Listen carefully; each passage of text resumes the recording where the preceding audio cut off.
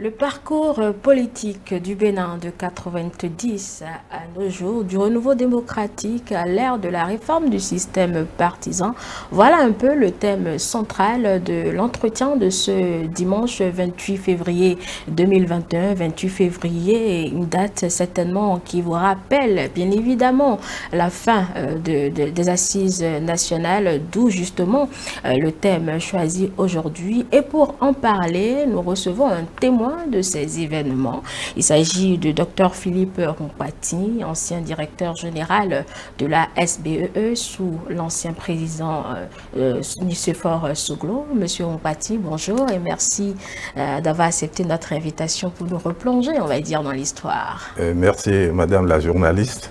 C'est moi qui vous remercie de m'avoir identifié pour pouvoir répondre à votre invitation.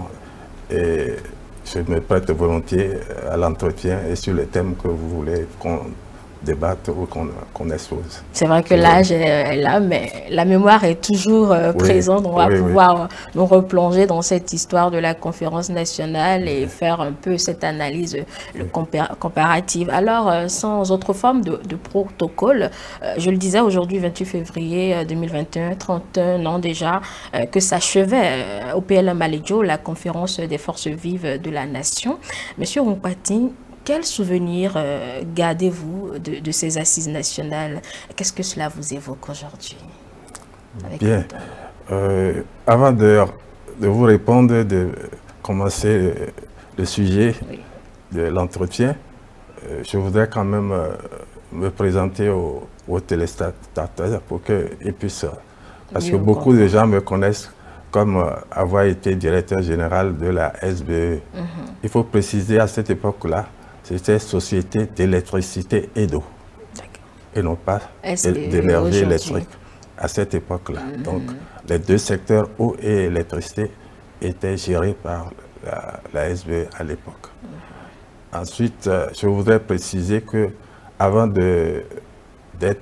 d'assurer d'être directeur général de la SBE, j'ai fait un certain nombre de parcours qui peuvent aussi illustrer un peu le cheminement dans lequel mon parcours de haut fonctionnaire de l'État a pu amener là. Bon, juste après ma soutenance de thèse en France, à Toulouse, en octobre 1971, j'étais déjà dans un poste de professeur d'université en France et moi-même volontairement, j'ai renoncé à poursuivre et je suis rentré chez moi pour mettre ma compétence à la disposition de mon pays. Bon, c'est ainsi que, compte tenu de mon précédent, de mon background, d'avoir été professeur, le premier poste que j'ai occupé ici au Dahomey de l'époque, c'était professeur d'université pendant 3 ans. Que j'ai été professeur d'université de 1971 à 1974. C'est après que j'ai pu poursuivre et j'ai été aussi directeur des études et du contrôle de la communauté électrique du Bénin à Lomé, le siège de la direction générale de la CEB. Et là, j'ai fait presque un parcours assez long, puisque j'ai fait près de 10 ans à la communauté électrique de Bénin. Donc c'est toute cette expérience-là qui vous a certainement valu votre nomination à l'époque. Oui, à l'époque. Et aussi, au moment où on me faisait appel pour occuper le poste de directeur général, juste après la conférence, sous le régime transitoire, parce qu'après la conférence, il y a eu un régime transitoire avec un premier ministre et l'ancien président maintenu en place. En ce moment, j'étais en poste à Lomé, comme professeur d'université également, et où je donnais des cours de génie électrique à l'école d'ingénieurs de Lomé de l'époque. Donc, je n'étais pas au pays au moment où la conférence... Donc, je ne peux pas en parler de façon témoin visuel et présent des faits. Mais vous avez suivi cette actualité, Lomé n'est pas loin de Cotonou, et bien entendu... C'était un moment important de l'histoire politique du Bénin, donc on ne pouvait pas ne pas s'y intéresser. C'est exact. J'ai donné tous ces détails-là pour montrer à tous ceux qui nous suivent que je n'ai pas eu un parcours politique, j'ai eu un parcours profession. Donc c'est dans ce cadre que je peux parler de ce que j'ai vu, ce sur quoi je me suis penché en réflexion et en tant qu'observateur. Voilà. D'ailleurs, je voulais vous remercier pour cet aspect des choses que vous voulez aussi ajouter à tout ce qu'on entend de tous les acteurs politiques. Il est aussi bon qu'un observateur indépendant, non partisan dans une des chapelles, puisse dire son observation. Et là, on est plus ou moins neutre, voilà, pas parti pris, voilà, on est beaucoup plus élargi. Voilà, je suis un observateur et je regarde, je réfléchis et j'ai mes opinions sur chacun des points politiques que j'observe et qui se déroulent dans mon pays et aussi dans le monde entier pour pouvoir faire les rapprochements et pouvoir comparer et prendre des positions. Donc j'ai des positions politiques, mais je n'ai pas d'appartenance politique. Donc on va revenir la différence. à la question posée tout à l'heure. Voilà. Bien que tout le sujet soit politique, je suis en mesure d'en parler, mais pas en qualité de politicien, mais en qualité d'observateur intéressé politique, à la chose politique. L'histoire. Pardon? L'histoire de oui, la oui, vie bien politique, sûr, bien sûr. Donc, j'ai suivi de loin la conférence nationale des forces vives de la nation de février 1990. Jusqu'à présent, il y a eu des retours, des rapports, chaque anniversaire, les témoins vivants qui sont encore là, qui en parlent abondamment. Donc, c'est tout cet ensemble-là que j'ai comme information à mon niveau et j'en fais mienne certaines des réflexions et certaines des analyses. Donc, c'est dans ce cadre-là que je peux en parler. Mais voilà, pour répondre à votre question de façon précise, vous dire quel souvenir, en gros, je peux prendre. Il faut situer le contexte. La conférence a été décidée et s'est déroulée sous l'objectif de passer d'un régime à un autre. Le régime du PRPB de l'époque, et qui était un régime, comme certains, j'entends dire, donc je vais mettre ça entre griffes, un régime militaro-marxiste qui avait dirigé le pays pendant près de 17 ans. Et avec beaucoup d'événements, et on était arrivé à une situation où le pays était complètement, presque par terre, c'est-à-dire qu'il y avait beaucoup de choses qui s'opposaient et le régime en place a accepté volonté d'appeler toutes les forces vives de la nation, toutes les composantes, pas seulement par les politiciens, les paysans, les intellectuels, même de la diaspora, des Béninois, Dahomey de l'époque, sont venus à cette conférence. Donc ça signifie que c'est un ensemble, c'est toute la panoplie de tous les enfants du Dahomey à l'époque qui devaient venir pour faire des propositions et tenir un certain nombre de choses et tracer un avenir à partir de cette date-là. J'en retiens donc que ça a été un passage en douceur d'un régime autoritaire, dictatorial, entre griffes, ça dépend de quel côté on se trouve, et qui avait la maîtrise d'un parti unique. Donc on passe du régime de parti unique à un régime que la conférence a défini et mis en place, qui est un pays de démocratie pluraliste. Donc, une des premières choses qui est intéressante de noter, c'est le passage en douceur. Il n'y a pas eu de révolution violente, il n'y a pas eu ni coup d'État, ni autre chose, mais on est passé d'un régime de façon pacifique, d'un régime autoritaire, autocratique, qui est monolithique, qui a toute la... On parlait même de parti-État. C'était le régime du parti unique, parti-État.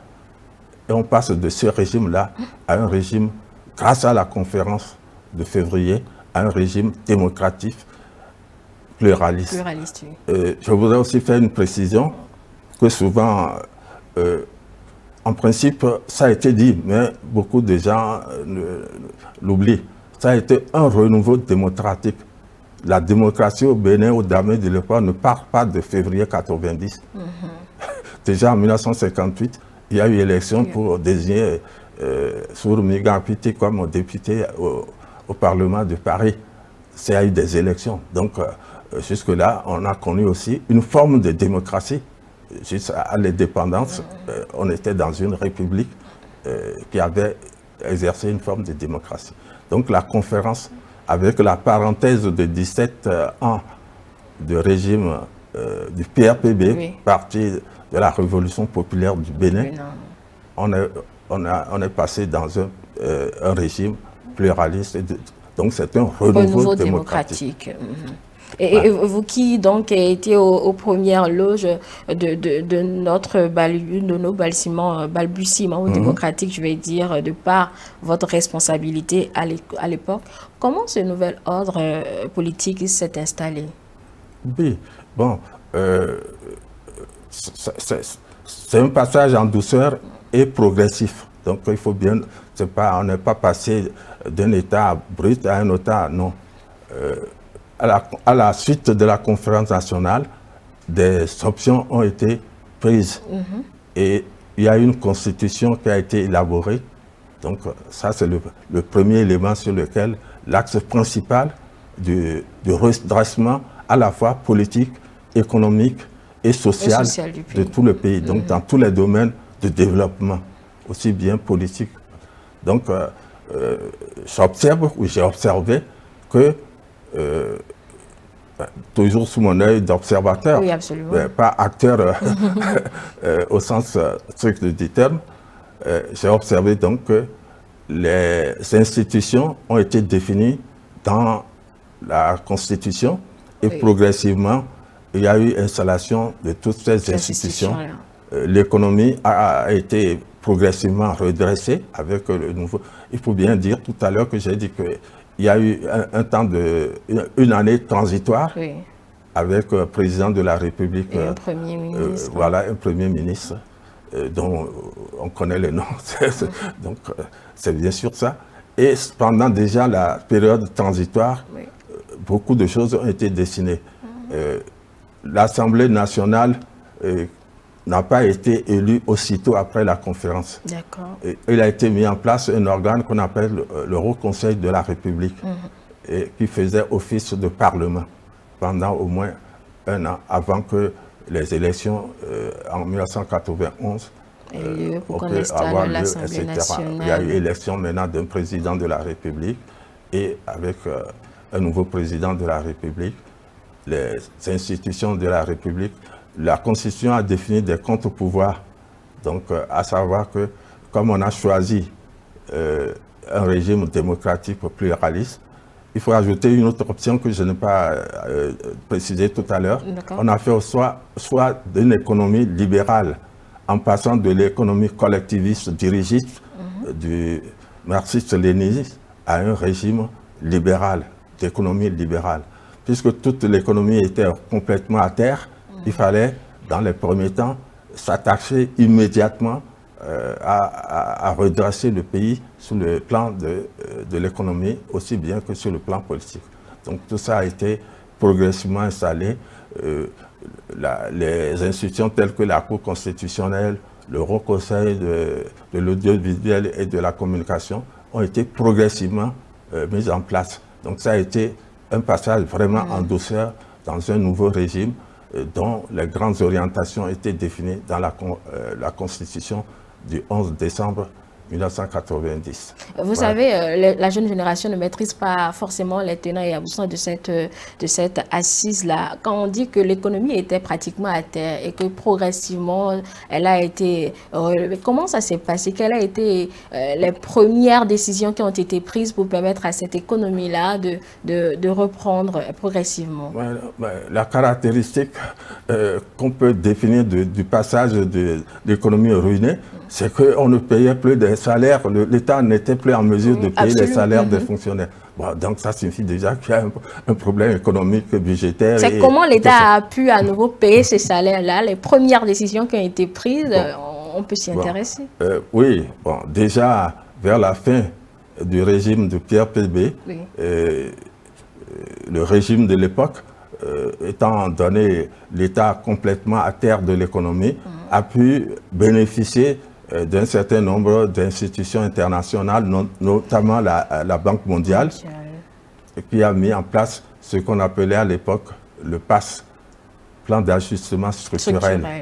Et donc, quand le régime de l'époque a signé les accords de ce plan, effectivement, progressivement, il y a eu un peu de l'argent de l'extérieur des institutions pour commencer à payer. Et effectivement, le premier gouvernement du renouveau a continué sur cette lancée. Et en même temps, il n'y a plus de crédits internationaux qui peuvent être accordés au nouveau régime. Bon, tout le monde sait qu'à l'époque, au point de vue idéologique de l'époque, tout ce qu'on dit marxiste, léniniste, communiste, bon, il y a un certain nombre de soupçons des organisations internationales. Donc, le bénéfice des aides n'était pas si direct. C'est pour ça que le problème de l'économie sous le PRPB a été vraiment crucial. C'est cela qui... Mais, donc, on a pu, le nouveau régime, le nouveau gouvernement du renouveau a pu prendre les décisions qui importent, à bénéficier du crédit international, de la crédibilité, plutôt pas du crédit, de la crédibilité du régime pour pouvoir bénéficier des aides et des financements nécessaires pour pouvoir. C'est ainsi, par exemple, pour dire concrètement, tout Cotonou, qui était la grande métropole du Bénin à l'époque, il n'y avait presque pas de route et on appelait Cototrou. Bon, et moi, là, je suis vraiment acteur qui était acteur prenant dans cette décision, puisque le gouvernement a pu bénéficier d'un financement de la Banque mondiale pour créer l'agence Agitur, l'agence des travaux urbains. Et c'est d'ailleurs grâce à la SVE que cette agence a pu fonctionner, parce qu'il y avait des reliquats de financement des projets de la SVE qu'on a pu attribuer à cette... Et c'est grâce aux travaux, donc c'était des travaux à haute intensité de main-d'œuvre, et qui ont pu, dès les premières années du renouveau, par exemple, paver les rues, etc. Vous connaissez toute l'histoire. Bon. Vous avez dit une chose tout à l'heure sur laquelle je voudrais faire une réaction. Oui, que les jeunes qui nous suivent souvent... ne maîtrisent pas forcément bon, alors, ces assises-là. Qui me soit alors permis d'exprimer une réaction. Je suis surpris que chaque fois, on est obligé, à chaque anniversaire, d'interviewer sur celui-là, et chacun donne sa version des faits, de l'histoire. Et je m'étonne de savoir pourquoi depuis 31 ans, un document historique, scientifique, n'a pas pu relater tout ça là dans un ouvrage et qu'il soit enseigné. Les documents existent, justement. Est-ce que c'est enseigné dans les écoles? Ben oui, parce que par exemple, je vous donne, moi quand j'étais au lycée de 1954 à 1961, et ça, on apprenait dans l'histoire et la géographie la dernière guerre mondiale, qui était derrière nous de 10 ans seulement, 10 à, pas plus. Mais vous voyez, pourtant, on l'enseignait de façon systématique dans les lycées et collèges. Mais comment se fait-il que l'histoire de notre pays, une période aussi marquante de notre histoire politique, sociale et économique, ne fasse pas l'objet d'un ouvrage, pas seulement d'un historien, d'un collège d'historiens, pour que toutes les versions de ceux qui l'ont vécu puissent être rassemblés, synthétisés, pour qu'on ait un document historique. Les documents existent. L'histoire, elle est enseignée dans les écoles, peut-être pas en détail, mais on apprend aux enfants qu'il y a la conférence nationale qui a instauré le renouveau démocratique, la pluralité des partis politiques, comme événement, mais on ne l'apprend pas comme données scientifiques. Vous voyez la différence. Tout le monde est intéressé de savoir bon, comment, etc. Mais le fondement d'analyse historique doit être enseigné. Tout ce que nous disons à l'heure actuelle, normalement... Justement, donc, ce que nous disons participe à cette éducation de la jeune génération par rapport à cette histoire. Dans les archives et dans les documents, dans les ouvrages d'enseignement, cela existe, que ça soit une référence de tout le monde, parce que vous n'êtes pas sans savoir qu'il y a eu beaucoup de versions des gens, par exemple, la nécessité, qu'est-ce qui a décidé de la tenue de la conférence? Certains l'attribuent au chef de l'État de cette époque, le général Mathieu Kérékou, d'aucuns l'attribuent à l'intelligentsia, les professeurs d'université, certains d'autres disent que non, c'est de la France, par la diaspora, etc. Bon, quelle est la vérité entre toutes ces versions-là? Un ouvrage scientifique pourra nous dire exactement ce qu'il y a. On peut faire des comparaisons, on peut faire des recoupements, mais on peut sortir un document où tout le monde va s'y accorder, par exemple. Monsieur Kounkpaty, on va revenir sur l'aspect politique de cette conférence. Vous l'avez dit, à l'époque, c'était le parti État, un parti unique, et cette conférence qui a introduit donc le renouveau démocratique a vu la pluralité des partis. Comment ces partis-là se sont donc mis ensemble avec le temps pour qu'on quitte peut-être d'un parti État, le PRPB, pour plusieurs partis? On en a compté à ce jour, enfin, avant la réforme du système partisan, 200 partis. Oui, oui. Bon, étant donné que les textes qui régissent le renouveau démocratique ont été définis, en plus de la Constitution, on a eu aussi une charte des partis. On a aussi progressivement un code électoral. Pour les premières élections, il y avait des textes qui régissaient comment allait se dérouler, quels sont ceux qui vont y participer. Mais en tant qu'observateur, et presque en sortant des faits historiques, les premières années du renouveau, déjà à partir de 1991, a été installé le premier Parlement, la première législature de l'Assemblée nationale. Mais déjà dans la mouvance du passage du régime du PRPB au régime du renouveau démocratique, certains partis se sont créés aussitôt dans la mouvance de ce renouveau démocratique. Et dans la première année, on avait de très grands partis tels que le PRD, le PSD, bon, un peu plus tard, la Renaissance du Bénin, et d'autres partis comme Phare Alafia.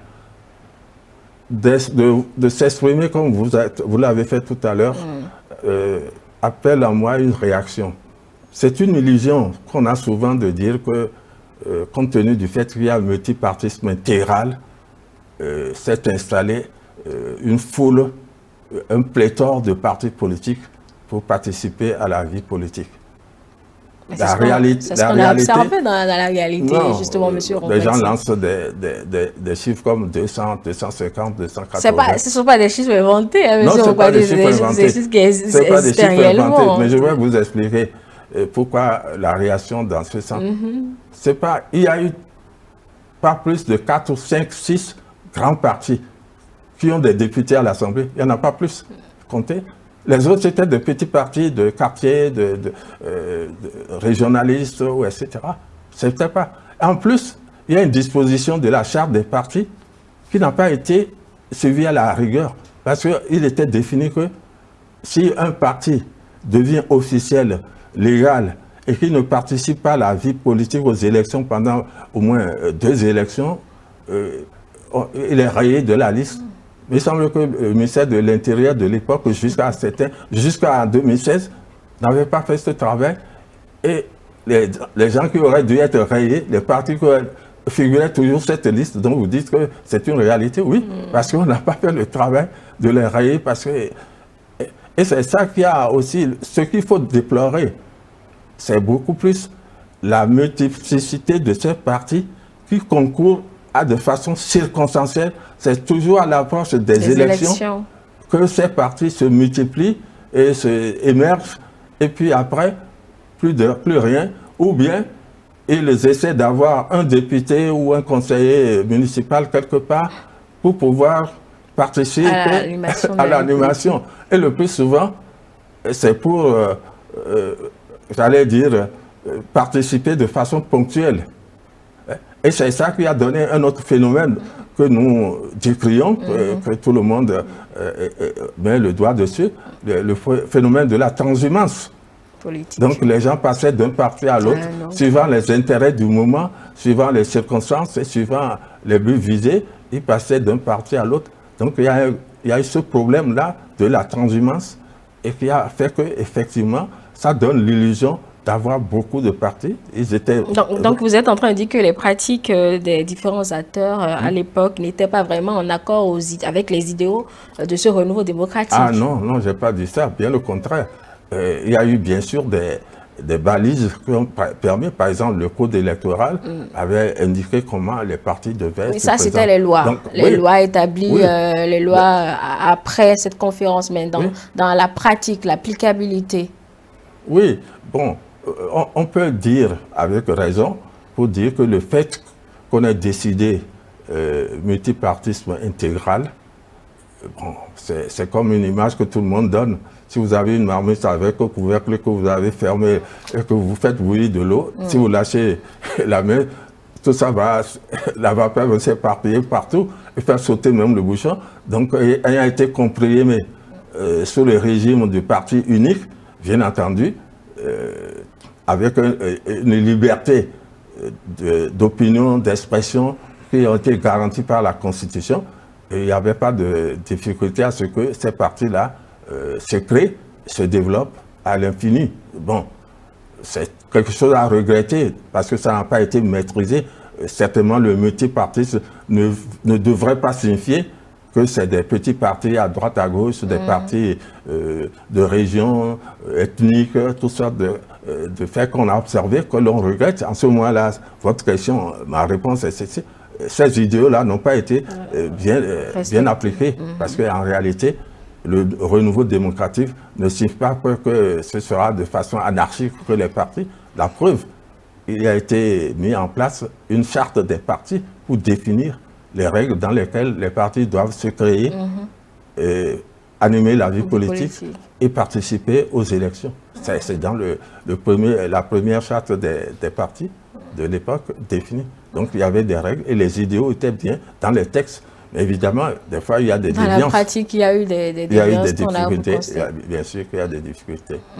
Par exemple, on a connu sous le premier régime du renouveau, donc sous le président Soglo, qu'au Parlement, il y avait bien sûr la présence des partis de la majorité présidentielle, mais il y avait aussi des forts partis qui avaient des députés à l'Assemblée et qui faisaient une très forte opposition au régime. Donc tout le monde a observé, d'ailleurs, on en parle jusqu'à présent, que c'est pendant la première législature du renouveau que l'action de l'opposition, de parti opposition, a été le plus exprimée dans notre histoire politique. On avait des partis qui étaient vraiment représentés à l'Assemblée nationale et qui étaient des partis d'opposition. Donc il y avait une animation assez forte de la vie politique que l'on doit plutôt louer, plutôt que de dire qu'il y a trop de partis, les gens ne sont pas... Non, c'est pas ça. C'est peut-être dans la suite des choses, suivant l'évolution, les régimes qui ont suivi après le renouveau, tout ça là a pu donner... Pas l'illusion, il y a aussi la réalité, c'est que des partis politiques. Il y a des partis qui, avec un seul député, viennent faire du chantage pour avoir aussi droit à la mangeaille, comme on dit, ou moins ils faisaient du chantage. Ça, ce n'est pas les bonnes choses, ce n'est pas les idiots de la conférence. C'était des déviances, c'était des choses qui se sont évoluées autour de l'idéal qui était fixé pour la conférence. Et en dehors de la mise en application des tests issus, quand je parle de tests, ce sont les tests de loi, charte, comme vous avez dit, constitution, etc. Quels étaient les grands tournants de ce moment-là? La mutation politique à l'époque. Les grands tournants, bon, c'est surtout les élections qui fixaient, où on voyait l'animation de la vie politique dans les premiers temps. Il n'y a pas...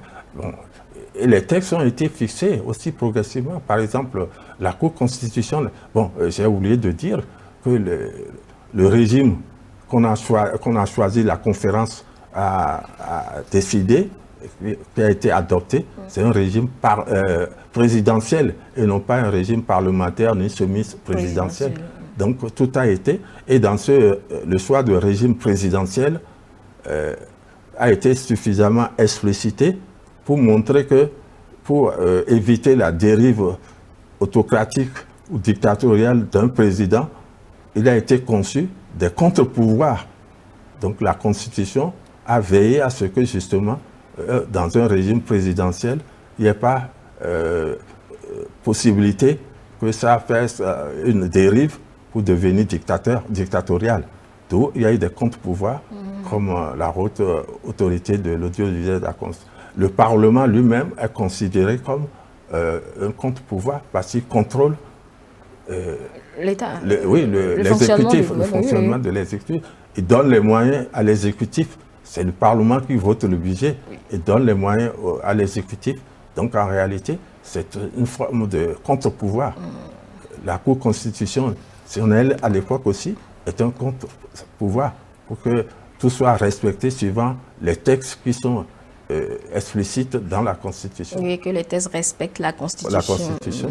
Donc en réalité, on a connu de façon progressive les bonnes installations des institutions, sans heurts, sans aucun problème, mais la nature humaine est ce qu'elle est. Bon, il y a usage excessif d'une certaine notion, et puis on a des déviances et on a des problèmes à côté. C'est tout, on a observé ça. On a eu des époques où c'était de fortes oppositions, et puis, par exemple, des faits, par exemple, qui illustrent ça. Oui. Il y a eu des moments où le Parlement ne votait pas à temps et à date donnée, à date constitutionnelle donnée, son autorisation au budget de l'État présentée par l'exécutif. Et contraint le président là, par l'application d'un texte de la Constitution, de gérer le pays par ordonnance. Bon, en réalité, ce n'est pas une chose heureuse, c'est une chose de circonstance, mais la Constitution a prévu pour qu'il n'y ait pas un vide de gestion de l'État. Donc, la forte opposition à l'exécutif a pu s'exercer à plusieurs moments, où il y a eu plusieurs fois, où soit c'est la ratification des accords internationaux qui est refusée à l'exécutif, et l'exécutif, en s'appuyant sur un article de la Constitution, prend les décisions et fait exécuter l'accord par ordonnance, par exemple. Ce que l'on ne souhaitait pas, parce qu'en réalité, tout le monde déplorait le fait que le président soit amené à prendre des décisions.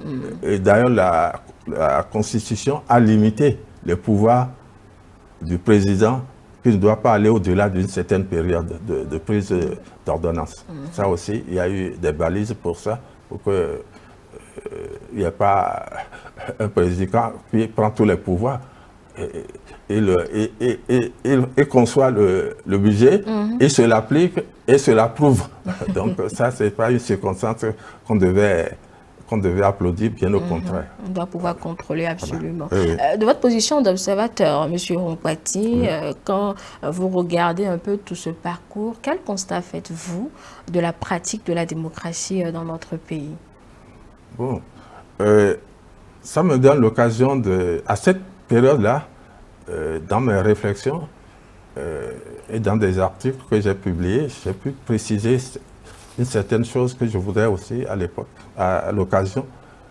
Exprimer. Oui, la définition conceptuelle de la démocratie. Oui.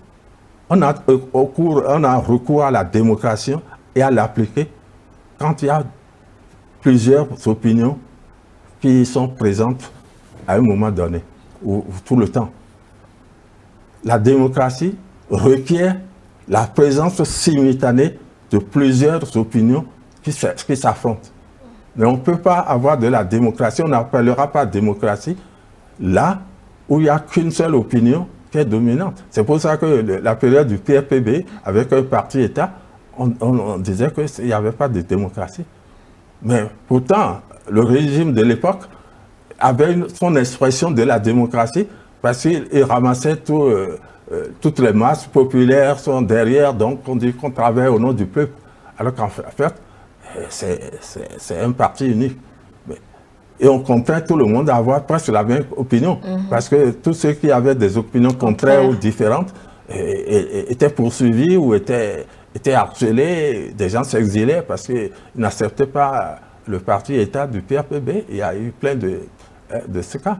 Donc, l'affirmation du concept de la démocratie requiert nécessairement qu'il y ait au minimum 2 opinions qui s'affrontent. Bon, nous le pratiquons de façon ordinaire à plusieurs niveaux. Quand nous appartenons à une association sportive ou à une association caritative ou à une association, bon, pour décider quelque chose au sein de cette association, s'il y a plusieurs voix qui ne sont pas la même pour prendre une décision, la caractéristique de la démocratie, c'est le vote. Et c'est la règle de la majorité. Quand il y a plusieurs opinions en présence, la démocratie s'exprime, est utilisée et pratiquée par le fait d'un vote où la majorité se dégage. Mais il y a encore une autre chose que la conférence a pu aussi instituer dans les textes. Ce n'est pas visible directement. C'est-à-dire, quel que soit l'état de la démocratie, la voix est donnée à la minorité. C'est-à-dire que la minorité doit être présente dans le paysage politique. Et cela a été illustré par le système de scrutin de liste proportionnelle. C'est ça que ça signifie. Que toutes les voix doivent être prises en compte dans la limite de l'intérêt général. Mais une partie dominante ne va pas imposer de façon totalitaire les choses de l'État. Donc même s'il y a une